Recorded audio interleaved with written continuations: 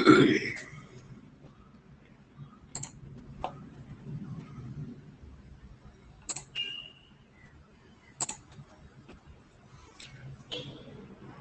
evening, all of you. Income tax law and practice. നമ്മൾ class just start ചെയ്ത് വെച്ചിട്ടുണ്ടായിരുന്നു. ഇന്ന് ഈ ക്ലാസ്സിൻ്റെ രണ്ടാമത്തെ യൂണിറ്റ്, അത് തിയറി പാർട്ട് തന്നെയാണ്, അത് ഒന്ന് എക്സ്പ്ലെയിൻ ചെയ്യാം രണ്ടാമത്തെ ക്ലാസ്സിൽ. യൂണിറ്റിൻ്റെ പേര് ബേസിക് കൺസെപ്റ്റ്സ്.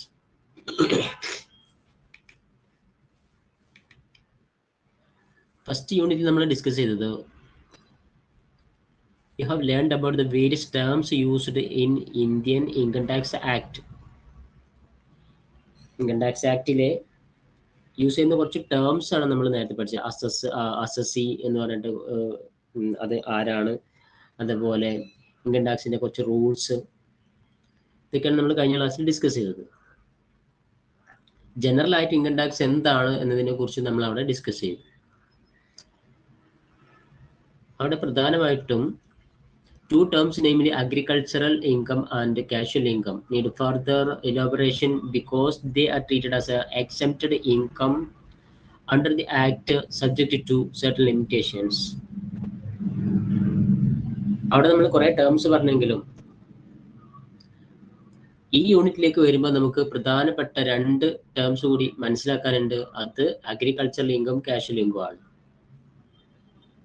അത് പ്രധാനപ്പെട്ടതാണെന്ന് പറയാനുള്ള കാരണം, ഇത് രണ്ടും ടാക്സ് കാൽക്കുലേറ്റ് ചെയ്യുന്ന സമയത്ത് ചില കാര്യങ്ങൾ എക്സെപ്ഷൻ ഉണ്ട്. അതുകൊണ്ട് തന്നെ അതിൻ്റെ റൂൾസിൽ ചെറിയ വ്യത്യാസം വരും. അതിനെക്കുറിച്ച് അറിയണമെന്നുണ്ടെങ്കിൽ ആദ്യം എന്താണ് അഗ്രികൾച്ചറൽ ഇൻകം എന്നും എന്താണ് കാഷ്വൽ ഇൻകം എന്നും അറിഞ്ഞിരിക്കണം. അപ്പോൾ നമ്മൾ ഈ യൂണിറ്റിൽ പ്രധാനമായിട്ടും ഡിസ്കസ് ചെയ്യുന്നത് അഗ്രികൾച്ചറൽ ഇൻകം എന്താണ്, അതേപോലെ കാഷ്വൽ ഇൻകം എന്താണ്, അതിന്റെ ടൈപ്സും കാര്യങ്ങളാണ് ഇവിടെ ഡിസ്കസ് ചെയ്യുന്നത്.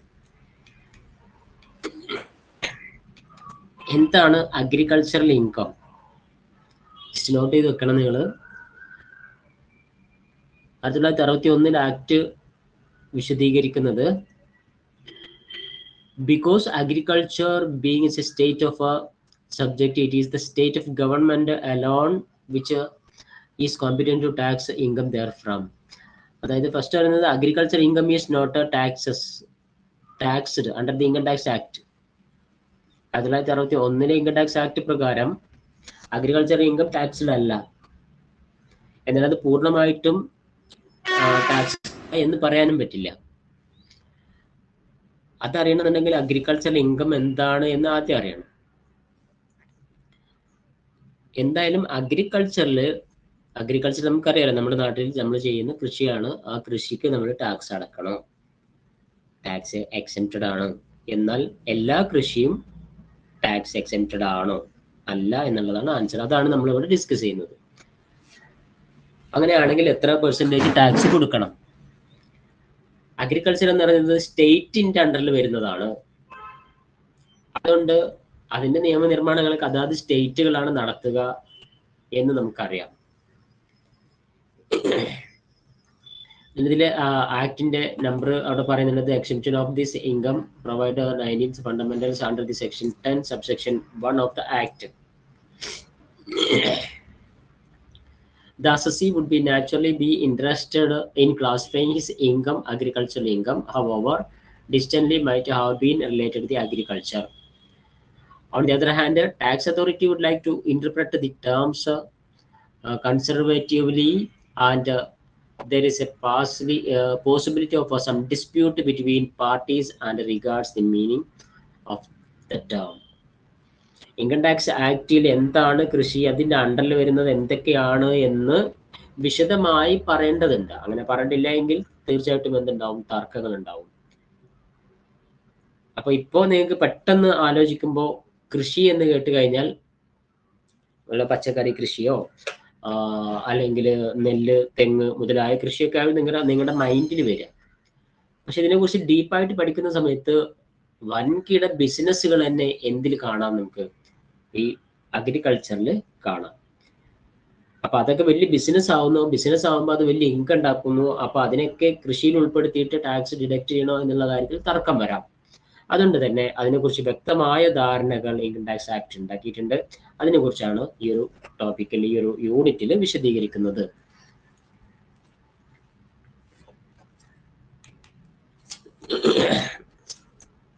നമുക്കിതിന് കൊടുത്ത ഡെഫിനിഷൻ നോക്കാം. അഗ്രികൾച്ചറൽ ഇൻകം എന്ന് പറയുന്നത് section note A, section 2 subsection A ആണ്. Means any rent or revenue. അത് കേൾക്കുമ്പോൾ തന്നെ നമുക്ക് അതിന്റെ കാര്യം മനസ്സിലാവും.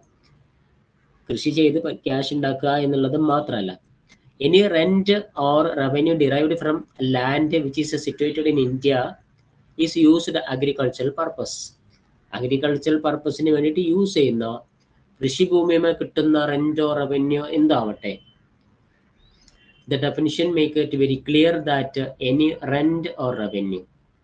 അപ്പോൾ വളരെ വ്യക്തമായിട്ട് പറഞ്ഞിട്ടുണ്ട്, റെന്റ് ആൻഡ് റവന്യൂ, അതായത് ക്യാഷിന്റെ രൂപത്തിൽ കൃഷിയിൽ നിന്ന് കിട്ടുന്ന ക്യാഷിന്റെ, കൃഷിയിൽ നിന്നാലും കൃഷിക്ക് ഉപയോഗിക്കുന്ന ഭൂമിയിൽ നിന്ന് കിട്ടുന്ന വരുമാനം will be agricultural in nature only if the following conditions are fully satisfied. അപ്പോൾ അതിന്റെ പോയിന്റ്സ് ഒന്നും കൂടെ വിശദീകരിക്കുകയാണ്. പോയിന്റ്സ് ആയിട്ട് rent or revenues derived from land. നേരത്തെ പറഞ്ഞ പോലെ തന്നെ റെന്റ് കിട്ടുന്നത് അല്ലെങ്കിൽ എന്തെങ്കിലും റവന്യൂ ഭൂമിയിൽ നിന്ന് കിട്ടുക. The land situated in India. ഈ ലാൻഡ് എവിടെ ആയിരിക്കണം? ഇന്ത്യയിലുള്ള ലാൻഡ് ആയിരിക്കണം. അപ്പൊ ഇതുവരെ ടാക്സ് ഒന്നുകിൽ ടാക്സ് ഇല്ല അല്ലെങ്കിൽ ടാക്സ് എക്സംഷൻ ഉണ്ട് എന്നാണ് പറയുന്നത്. The land is used in agriculture purpose. കൃഷിക്ക് വേണ്ടി യൂസ് ചെയ്യുന്ന ലാൻഡ് തന്നെ ആയിരിക്കണം. അപ്പോൾ ഈ കാര്യങ്ങളൊക്കെ ഒന്ന് ജസ്റ്റ് നിങ്ങൾ വായിച്ച് മനസ്സിലാക്കിയാൽ മതി കേട്ടോ. ഇനി അഗ്രികൾച്ചറൽ ഇൻകത്തിന്റെ കൈൻഡ്സ്. 5 തരത്തിലുള്ള ഇൻകം നമുക്ക് അഗ്രികൾച്ചറൽ ആയിട്ടുള്ളതിൽ നിന്ന് കിട്ടും. Any rent of revenue derived from land. ഭൂമിയിൽ നിന്ന് കിട്ടുന്ന റവന്യൂ അല്ലെങ്കിൽ rent. Income derived from agriculture. Any income derived from marketing. ചിലപ്പോൾ നമുക്ക് കൃഷിയിൽ നിന്ന് മാർക്കറ്റിങ്ങിലൂടെ ആയിരിക്കും നമുക്ക് അതിന്റെ ഇൻകം കിട്ടുക. അപ്പൊ ഇതിനൊക്കെ എങ്ങനെയാണ് ഇൻകം ടാക്സ് ട്രീറ്റ് ചെയ്യുക എന്ന് പറയുന്നുണ്ട്. ഓരോ വ്യക്തിയും ഉണ്ടാക്കുന്ന വരുമാനം, ഒരു നിശ്ചിത എമൗണ്ടിന് മുകളിൽ ഉണ്ടാക്കുന്ന വരുമാനത്തിന് ടാക്സ് കൊടുക്കണം എന്ന് നമ്മൾ ഓൾറെഡി പറഞ്ഞിട്ടുണ്ട്. അപ്പൊ കൃഷിയിൽ നിന്ന് വലിയ വരുമാനം ഉണ്ടാക്കുമ്പോൾ അതിനും ടാക്സ് കൊടുക്കണോ വേണ്ടയോ? അതാണ് നമ്മൾ ഇവിടുത്തെ ഈ ഒരു യൂണിറ്റിൽ ഡിസ്കസ് ചെയ്യുന്നത്. ഒറ്റ നോട്ടത്തിൽ, ആദ്യത്തെ നോട്ടത്തിൽ നമുക്ക് മനസ്സിലാവുന്നത് കൃഷിക്ക് എന്തില്ല? ടാക്സ് ഇല്ല. ഇൻകം ടാക്സ് കേന്ദ്ര ഗവൺമെന്റ് ഈടാക്കുന്ന ടാക്സ് ആണ്. കൃഷി എന്ന് പറയുന്നത് സംസ്ഥാനവുമായി ബന്ധപ്പെട്ടതാണ്. പിന്നെ അതിന് ടാക്സ് ഇല്ല എന്നും പറയുന്നുണ്ട്. Income derived from agriculture. Any income derived from marketing നമ്മൾ പറഞ്ഞു. then process performed by cultivator or receiver of a rent in kind. എന്തെങ്കിലും രൂപത്തിൽ നമ്മൾ റെന്റോ മറ്റോ സ്വീകരിക്കുക. Any income derived from the sale of product. ഉണ്ടാക്കിയ കാർഷികോൽപ്പന്നം വിറ്റിട്ട് ഇൻകം നേടുക. അതും അഗ്രികൾച്ചറൽ ഇൻകം തന്നെയാണ്. ഇനി ഒരു ബിൽഡിംഗ് ഉണ്ടെങ്കിലോ ഇൻകം ഫ്രം ഫാം ബിൽഡിംഗ്. അതിൽ നിന്ന് കിട്ടുന്ന വരുമാനത്തിൽ നമുക്ക് അഗ്രികൾച്ചറൽ ഇൻകം ആയിട്ട് കണക്കാക്കാം. ഇനി കുറച്ച് ഉദാഹരണങ്ങളാണ്. Instances of non agricultural income. നമ്മൾ അഗ്രികൾച്ചറൽ ഇൻകം ആണ് പറഞ്ഞത്. ഇനി അഗ്രികൾച്ചറുമായി റിലേറ്റഡ് ആയത് തന്നെ അഗ്രികൾച്ചറൽ അല്ലാത്ത കുറച്ച് കാര്യങ്ങളുണ്ട്. നമുക്ക് ഒറ്റ നോട്ടത്തിൽ അത് കാർഷിക വരുമാനമാണെന്ന് തോന്നും. കാർഷിക വരുമാനത്തിന് ടാക്സ് ഇല്ല എന്നാണ് നമ്മൾ നേരത്തെ പറഞ്ഞത് അല്ലേ? എന്നാൽ നോൺ അഗ്രികൾച്ചറൽ ടാക്സ് ഉണ്ട്. അപ്പോൾ മനുഷ്യന്മാർ ചെയ്യുന്ന ആക്ടിവിറ്റിയിൽ അഗ്രികൾച്ചറൽ ആക്ടിവിറ്റി ഉണ്ട്, നോൺ അഗ്രികൾച്ചറൽ ആക്ടിവിറ്റി ഉണ്ട്. അത് തരംതിരിച്ചറിയേണ്ടത് ടാക്സ് ഡിപ്പാർട്ട്മെന്റിനും നമ്മൾ വ്യക്തികൾക്കും വളരെ അത്യാവശ്യമാണ്. അപ്പൊ എന്തൊക്കെയാണ് non agricultural income? Annuity payable vendor of agricultural land or a person giving up his claim to piece of agricultural land. Annuity കൊടുക്കുക. അപ്പൊ അഗ്രികൾച്ചറിൽ കൃഷിയുമായി ബന്ധപ്പെട്ട് കിട്ടുന്നതല്ലാത്ത എന്തെങ്കിലും കാര്യം, ഭൂമി വിൽക്കുമ്പോൾ ഒരു പക്ഷേ നമുക്ക് അതിൽ വലിയ വരുമാനം വരാം, കോടികൾ വരുമാനം വന്ന് വിചാരിക്കുക, അങ്ങനെയുള്ള കാര്യങ്ങളൊക്കെ അതിൽ ഉൾപ്പെടുത്താം. ഡീറ്റെയിൽ ആയിട്ട് നമുക്ക് ഇതിന്റെ പ്രോബ്ലംസ് ഒക്കെ ചെയ്യുന്ന സമയത്ത് മനസ്സിലാവും. The commission for selling agricultural produce. Commission receive ചെയ്തിട്ടുണ്ട് എങ്കിൽ, ഇതും ചിലപ്പോൾ കോടികളൊക്കെ ആയിരിക്കും റിസീവ് ചെയ്തിട്ടുണ്ടാവുക. അങ്ങനെയൊക്കെ വരുമ്പം അത് കാർഷികോൽപ്പന്നം വിൽക്കാൻ വേണ്ടി വാങ്ങിയ കമ്മീഷനാണ് എന്നൊന്ന് പറഞ്ഞിട്ട് നമുക്ക് ടാക്സ് നിന്ന് രക്ഷപ്പെടാൻ സാധിക്കില്ല. ഇൻകം ഫ്രം ഡയറി ഫാം, ഇത് നന്നായി മനസ്സിലാക്കേണ്ട ഒരു സംഗതിയാണ്. ഡയറി ഫാമിൽ നിന്ന് വരുന്ന ഇൻകത്തെ അഗ്രികൾച്ചറൽ ഇൻകമായിട്ട് നമുക്ക് കണക്കാക്കാൻ പറ്റില്ല. Then forest produce resulting from wild growth, കൃഷി ആവശ്യത്തിന് അല്ലാത്ത വൈൽഡ് ഗ്രോത്തിന് വേണ്ടിയിട്ട് ഉണ്ടാക്കുന്ന ഉൽപ്പന്നങ്ങളെ നമുക്ക് അഗ്രികൾച്ചർ പ്രൊഡ്യൂസ് ആയിട്ട് കണക്കാക്കാൻ പറ്റില്ല. അതേപോലെ മറ്റൊരു ഏരിയയാണ് ഫിഷറീസ്. മത്സ്യബന്ധനം ഒരിക്കലും എന്തില്ല, അഗ്രികൾച്ചർ അല്ല, ഫിഷറീസ്. അത് വേറൊരു ഏരിയയിൽ കാണുന്നത് വരിക. ദെൻ ഗിന്നിങ് ഓഫ് കോട്ടൺ, കോട്ടൺ ഉൽപാദനം. ഇതൊക്കെ എന്തുകൊണ്ടാണ് അഗ്രികൾച്ചർ ആവാത്തത്? ഇപ്പൊ കോട്ടൺ ഉൽപ്പാദിപ്പിക്കുക, ഭൂമിയിൽ കൃഷി ചെയ്ത് ചെടി നട്ട് അതിൽ നിന്നാണ് കോട്ടൺ ശേഖരിക്കുന്നത്. പക്ഷെ അത് എന്തുകൊണ്ട് അഗ്രികൾച്ചർ ഒരു സാധാരണ ഒരു കൃഷിയായിട്ട് അംഗീകരിക്കുന്നില്ല, അല്ലെങ്കിൽ അതിന്റെ കാറ്റഗറിയിൽ വരുന്നില്ല? കാരണം അതൊക്കെ വൻകിട ബിസിനസ്സുകളാണ് അതിൽ നടക്കുന്നത്. അതുകൊണ്ട് ആണ് അങ്ങനെ ഒരു കാറ്റഗറി, ഗിന്നിങ് of cotton.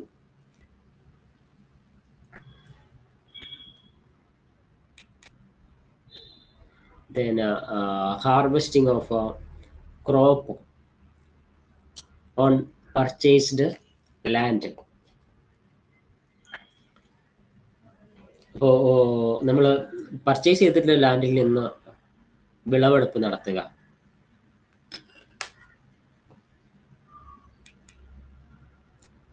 Letting out land for stocking timber or copse. വൻതോതിലുള്ള ഈ തടി കച്ചവടങ്ങളൊക്കെ അതും കൃഷിയുമായി ബന്ധപ്പെട്ടതാണ് അല്ലേ? പക്ഷെ അത് ഒരു സാധാരണ കൃഷിയായിട്ട് നമുക്കതിനെ കാണാൻ പറ്റില്ല. അവിടെയും വൻകിട ബിസിനസ്സുകളാണ് നടക്കുന്നത്. Then dividend paid out of agricultural income. Then commission, നമ്മൾ നേരത്തെ പറഞ്ഞ കമ്മീഷൻ. അതുപോലെ തന്നെ profit earned on purchase of standing crop. ഇതൊക്കെ ടെക്സ്റ്റ് ബുക്കിൽ നിങ്ങൾക്ക് കാണാം കുറേ കാര്യങ്ങൾ, കുറേ പോയിന്റ്സ്, 10-21 പോയിന്റ്സ് ഉണ്ട്. അതൊക്കെ നിങ്ങളൊന്ന് ജസ്റ്റ് വായിച്ചു നോക്കുക. ഇതൊന്നും അഗ്രികൾച്ചറൽ ഇൻകം അല്ല. 21 പോയിന്റ്സ് അതിൽ നിങ്ങൾക്ക് കാണാം. ഇതൊന്നും എന്തല്ല, അഗ്രികൾച്ചറൽ ഇൻകം അല്ല എന്ന് പറയാം. നമുക്ക് ലാസ്റ്റ് നോക്കൂ, income from maintaining running nurseries. നിങ്ങൾ ഈ 21 പോയിന്റ്സും മനസ്സിലാക്കി വെക്കണം. കാരണം നമുക്ക് ഇൻകം ടാക്സിന്റെ കാൽക്കുലേഷൻ നടന്ന സമയത്ത് ഇത് നമ്മുടെ മൈൻഡിൽ ഉണ്ടെങ്കിൽ മാത്രമേ നമുക്ക് ചെയ്യാൻ സാധിക്കുകയുള്ളൂ.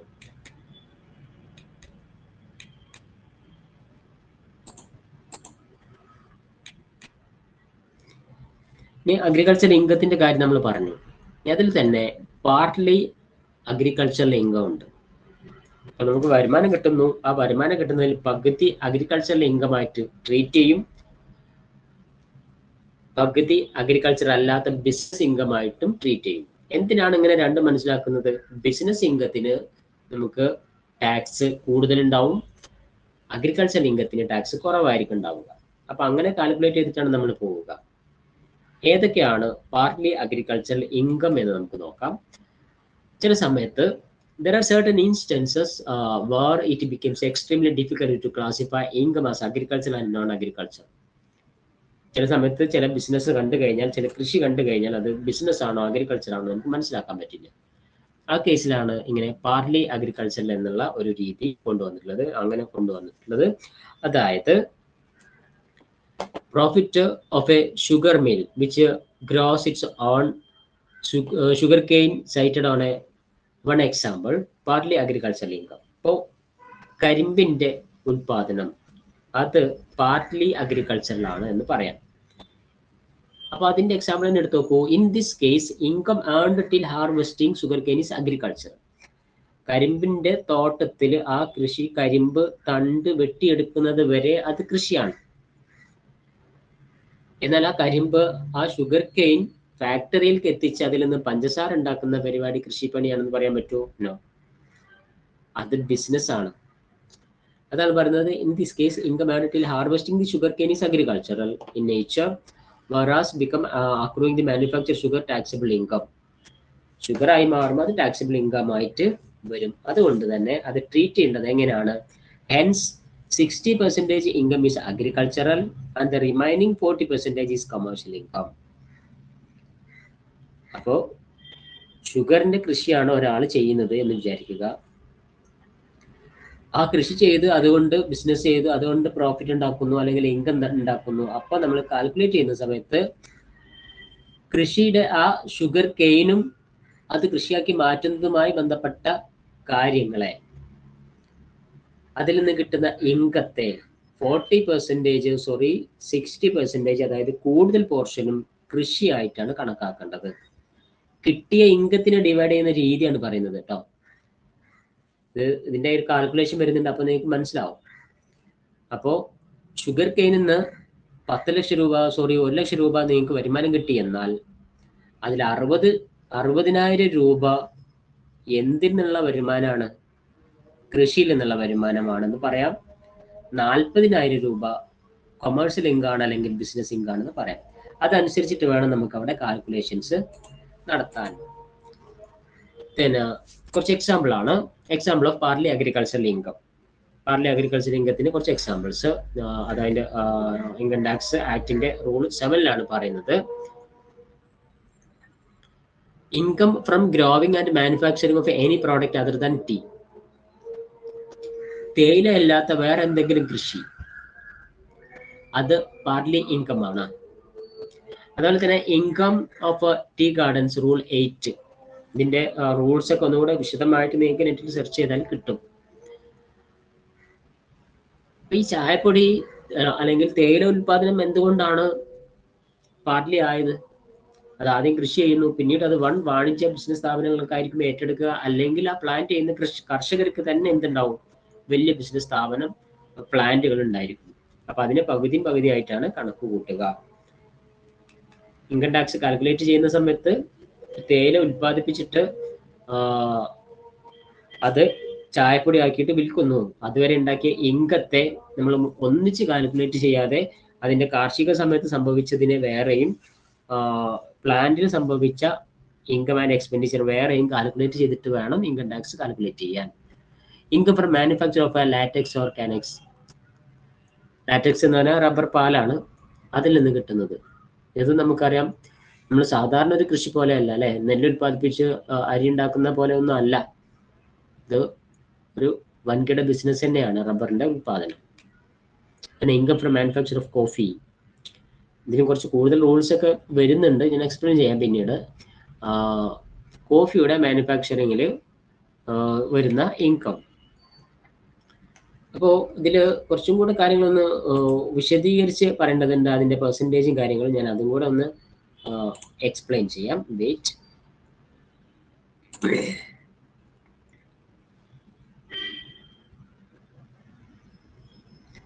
ചായപ്പൊടി അല്ലാത്ത ഉൽപ്പന്നങ്ങൾ ഉണ്ടാക്കുമ്പോൾ ഉള്ള വരുമാനത്തെ കുറിച്ച് നമ്മൾ പറഞ്ഞു. ഇൻകം ഫ്രം ടീ ഗാർഡൻ, അവിടെയാണ് നമ്മൾ നോക്കൂ, the total income from manufacture of a sale of a tea not treated as agricultural income. ചായപ്പൊടി ഉണ്ടാക്കിയ തേയില ഉൽപാദനം ഫുള്ളി അഗ്രികൾച്ചറൽ ഇൻകം അല്ല. അതിന്റെ 60% അഗ്രികൾച്ചറിലും ബാക്കി നോൺ അഗ്രികൾച്ചറിലും വരും. അതേപോലെ വേറൊരു പ്രോഡക്റ്റിനെ നോക്കൂ, ലാറ്റക്സിന്റെ കേസിലാണെങ്കിൽ ഇതും കൂടെ നിങ്ങൾ നോട്ട് ചെയ്ത് പഠിക്കണം. 65% of the total derived in latex on the block rubber manufacturing process associated treated as agricultural income. 65% agricultural ഇൻകവും 35% എന്ത് ഇൻകമാണ്? ബിസിനസ് കൊമേഴ്സ്യൽ ഇൻകവും ആണ് എന്ന് പറയാം. അപ്പൊ നേരത്തെ പറഞ്ഞ നമ്മൾ ഷുഗർ കെയിനിന്റെ പോലെയല്ല, ഓരോ പ്രോഡക്റ്റിന് വ്യത്യാസമുണ്ട്. Then income from manufacture. കോഫിയുടെ കാര്യം നോക്കൂ, കോഫി ഉൽപ്പാദിപ്പിക്കുകയാണെങ്കിൽ coffee is sold just after curing 75% income of income from the sale will be treated as agricultural income and 25. അപ്പൊ കൂടുതലും അഗ്രികൾച്ചറൽ ഇൻകം ആയിട്ടാണ് കണക്കാക്കുന്നത്. 25 മാത്രമാണ് ബിസിനസ് കൊമേഴ്സ്യൽ ഇൻകം ആയിട്ട് കണക്കാക്കുന്നത്, നോൺ അഗ്രികൾച്ചറൽ ഇൻകം ആയിട്ട് കണക്കാക്കുന്നത്. എന്നാൽ അവിടെ ഒരു കാര്യം നോട്ട് ചെയ്യേണ്ടതുണ്ട്, ടെക്സ്റ്റ് ബുക്കിൽ നിങ്ങളൊന്ന് നോട്ട് ചെയ്യുക, അണ്ടർലൈൻ ചെയ്യുക. However, if the coffee is sold after curing, roasting and grounding and after adding some flavors etc., 60% of such income will be treated as agricultural income. സാധാരണ കോഫി ഉൽപാദനത്തിൽ 75% അഗ്രികൾച്ചറലായിട്ടാണ് പരിഗണിക്കുക. എന്നാൽ അതിനെ നമ്മൾ റോസ്റ്റ് ചെയ്യുകയോ അല്ലെങ്കിൽ അതിൽ മാറ്റം വരുത്തുകയോ അല്ലെങ്കിൽ അതിലെന്തെങ്കിലും ഫ്ലേവർ ആഡ് ചെയ്യുകയോ ചെയ്യുന്ന പരിപാടി ചെയ്തിട്ടുണ്ടെങ്കിൽ അത് പിന്നെ കാർഷിക ഉൽപ്പന്നത്തിന്റെ പെർസെൻറ്റേജിൽ കുറവ് വരും. 60% കാർഷിക അഗ്രികൾച്ചറൽ ഇൻകവും ബാക്കി 40% അങ്ങനെ ആയിട്ടാണ് വരുന്നത്. നേരെ മറിച്ച് ഡയറക്റ്റ് നമ്മൾ ഒരു പ്യുവർ ആയിട്ടുള്ള കോഫി എടുത്തിട്ട് ഉണ്ടാക്കുന്ന ഇൻകം അത് എന്തല്ല, അത് 75% അഗ്രികൾച്ചറൽ ഇൻകം ആണ്. അപ്പൊ അത് പ്രോസസ്സ് ചെയ്യുന്നതിനനുസരിച്ച് എന്ത് മാറ്റം വരും, ഈ പെർസെൻറ്റേജിലും മാറ്റം വരും എന്നർത്ഥം. നിങ്ങൾക്ക് മനസ്സിലാവുന്നുണ്ടാവും എന്ന് വിചാരിക്കുന്നു. ഞാൻ ഈ ക്ലാസ് ലൈവ് അല്ല, ജസ്റ്റ് നിങ്ങൾക്ക് റെക്കോർഡ് തിയറി ആയതുകൊണ്ട് റെക്കോർഡ് ചെയ്തിട്ടാണ് ഇടുന്നത് കേട്ടോ. അപ്പോൾ എന്തെങ്കിലും ഡൗട്ട് ഉണ്ടെങ്കിൽ നിങ്ങൾക്ക് പേഴ്സണലായിട്ട് മെസ്സേജ് അയച്ചിട്ട് ചോദിക്കാം.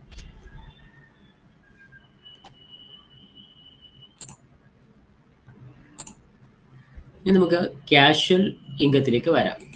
കാഷ്വൽ ഇൻകം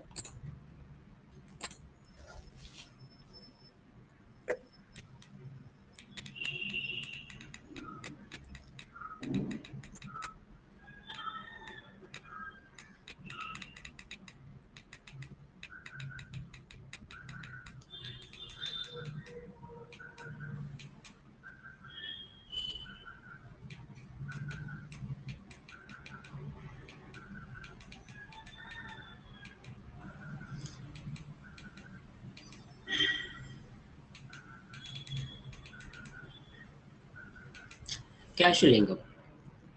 കാഷ്വൽ ഇൻകം എന്ന് പറഞ്ഞാൽ എന്താണ്?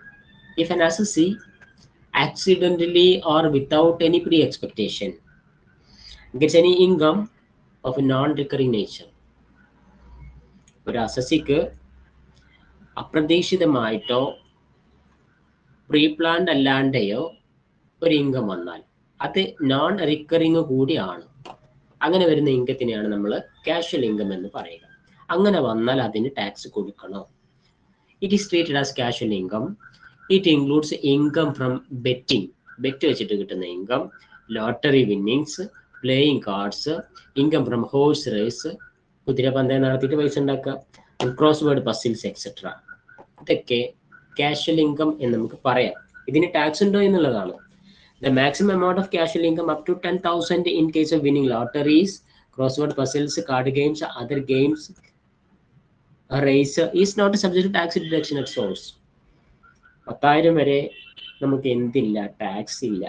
എന്നാൽ അതിനപ്പുറത്തുള്ള സമ്മാനങ്ങൾ നമ്മൾ റിസീവ് ചെയ്യുമ്പോൾ നമുക്ക് ടാക്സ് കിട്ടണം. അപ്പോൾ വലിയ സമ്മാനങ്ങൾ അല്ലെങ്കിൽ വലിയ എമൗണ്ട് ഒക്കെ നമ്മൾ ഗിഫ്റ്റായിട്ട് മറ്റൊക്കെ സ്വീകരിക്കുമ്പോൾ അല്ലെങ്കിൽ നമുക്ക് ലോട്ടറി അടിക്കുമ്പോൾ നമ്മൾ എന്ത് ചെയ്യണം? ടാക്സ് കൊടുക്കണം എന്നർത്ഥം. അപ്പോൾ ഈ കാഷ്വൽ ഇൻകവുമായി ബന്ധപ്പെട്ട് നമ്മൾ മനസ്സിലാക്കി വെക്കേണ്ട കുറച്ച് കാര്യങ്ങൾ അവിടെ പറയുന്നുണ്ട്. Casual income shall be taxable at 30%. 10,000 മുകളിൽ വന്നാൽ ടാക്സ് കൊടുക്കണം എന്ന് പറഞ്ഞത് എത്ര കൊടുക്കണം? Casual income shall be taxable at 30%. Any expenses if paid receiving casual income shall not be deducted from any income. നമുക്ക് കാഷ്വൽ ഇൻകം സ്വീകരിക്കാൻ വേണ്ടിയിട്ട് കുറെ എക്സ്പെൻസ് വന്നു വിചാരിക്കുക. ആ എക്സ്പെൻസ് ഇതൊന്നും കുറക്കാനൊന്നും പറ്റില്ല. ഇപ്പൊ നിങ്ങൾക്ക് 1 കോടി രൂപ സമ്മാനം കിട്ടി. ആ 1 കോടി രൂപയുടെ 30% നിങ്ങൾ അടച്ചേ പറ്റുള്ളൂ. ആ 1 കോടി രൂപ നിങ്ങൾ സ്വീകരിക്കാൻ വേണ്ടിയിട്ട് 5 ലക്ഷം രൂപ ചെലവാക്കി വിചാരിക്കുക. അതെന്തിൽ പെടുത്തൂല, നിങ്ങളുടെ ഇൻകത്തിൽ നിന്ന് കുറക്കൊന്നുമില്ല.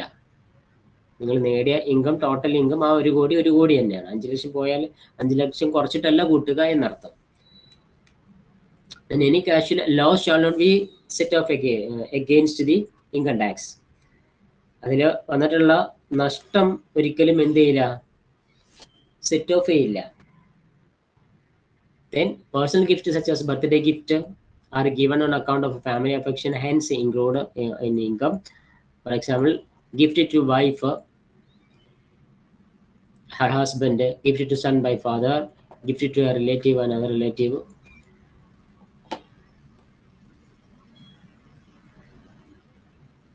അപ്പോൾ പേഴ്സണൽ ഗിഫ്റ്റ് കൊടുക്കുന്ന കാര്യത്തിൽ അതിന്റെ പോയിന്റ്സ് ക്ലിയർ അല്ല. പേഴ്സണൽ ഗിഫ്റ്റ് കൊടുക്കുന്ന കാര്യത്തിൽ എന്തില്ല, അത് ടാക്സബിൾ അല്ല എന്ന് പറയാം.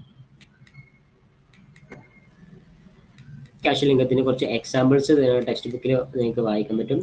Accidentally or fortuitous receipt money precious articles in the way, എന്തെങ്കിലും വിലയുള്ള സാധനങ്ങൾ കിട്ടുക, അല്ലെങ്കിൽ ലോട്ടറി അടിക്കുക.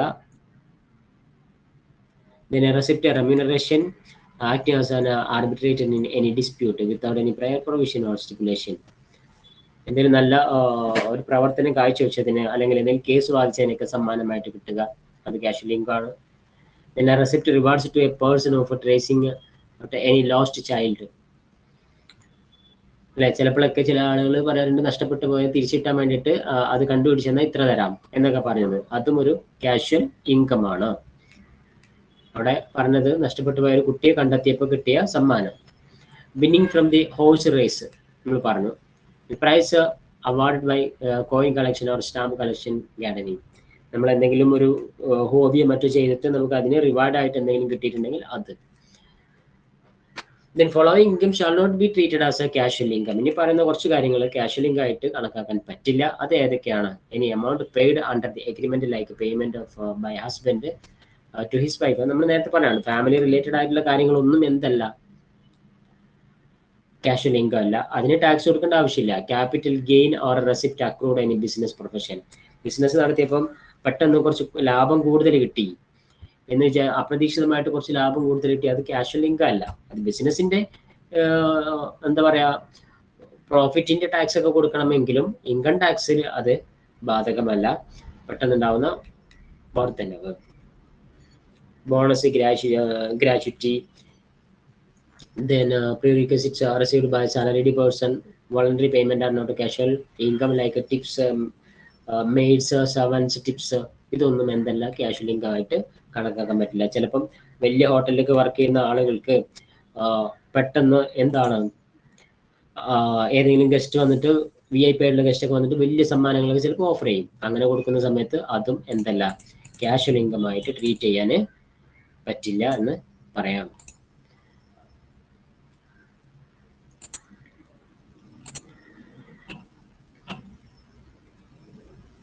അപ്പോൾ ഇതിൽ ചെറിയ കുറച്ച് കാര്യങ്ങൾ കൂടി ഇതിൽ എക്സ്പ്ലെയിൻ ചെയ്യേണ്ടത്. ഒന്ന് ക്യാപിറ്റൽ ആൻഡ് റവന്യൂ റെസിപ്റ്റ്സ് ആണ്. എന്താണ് capital receipt and revenue receipts? നമ്മൾ ദീർഘകാലത്തേക്കുള്ള ഫിക്സഡ് അസറ്റും മേൽ ചെലവഴിക്കുന്ന അല്ലെങ്കിൽ അതുകൊണ്ടുണ്ടാകുന്ന വരുമാനത്തെയാണ് നമ്മൾ ക്യാപിറ്റൽ എന്ന് പറയുക. റവന്യൂ എന്ന് പറയുന്നത് അങ്ങനെയല്ല. നമ്മൾ ഡെയിലി നടത്തുന്ന കാര്യങ്ങളിൽ നിന്ന് ഉണ്ടാകുന്ന വരുമാനമോ അല്ലെങ്കിൽ ചെലവിനെയൊക്കെ നമ്മൾ റവന്യൂ എന്ന് പറയും. അപ്പൊ ഇതിലൊരു ചെറിയ കാൽക്കുലേഷൻ കൂടിയുണ്ട്. ആ കാൽക്കുലേഷൻ നമ്മൾ പ്രാക്ടിക്കലായിട്ട് നെക്സ്റ്റ് ക്ലാസ്സിൽ ചെയ്യുന്നതാണ്. അതായത് നേരത്തെ പറഞ്ഞ ടാക്സിന്റെ അഗ്രികൾച്ചറിലും നോൺ അഗ്രികൾച്ചറിലും പാർട്ട്ലി അഗ്രികൾച്ചറിലും എന്താണെന്ന് മനസ്സിലാക്കിയതിന്റെ പെർസെൻറ്റേജ് വെച്ചിട്ട് ഒരു ചെറിയ കുഞ്ഞു കാൽക്കുലേഷൻ നടത്താനുണ്ട്. ആ കാൽക്കുലേഷൻ നടത്തിയിട്ട് നമുക്ക് നെക്സ്റ്റ് ക്ലാസ് സ്റ്റാർട്ട് ചെയ്യാം. അപ്പോൾ ഈ റെക്കോർഡ് ക്ലാസ് നിങ്ങൾ കേട്ട് മനസ്സിലാക്കുക, ഡൗട്ട് ഉള്ളത് ചോദിക്കുക. Thank you.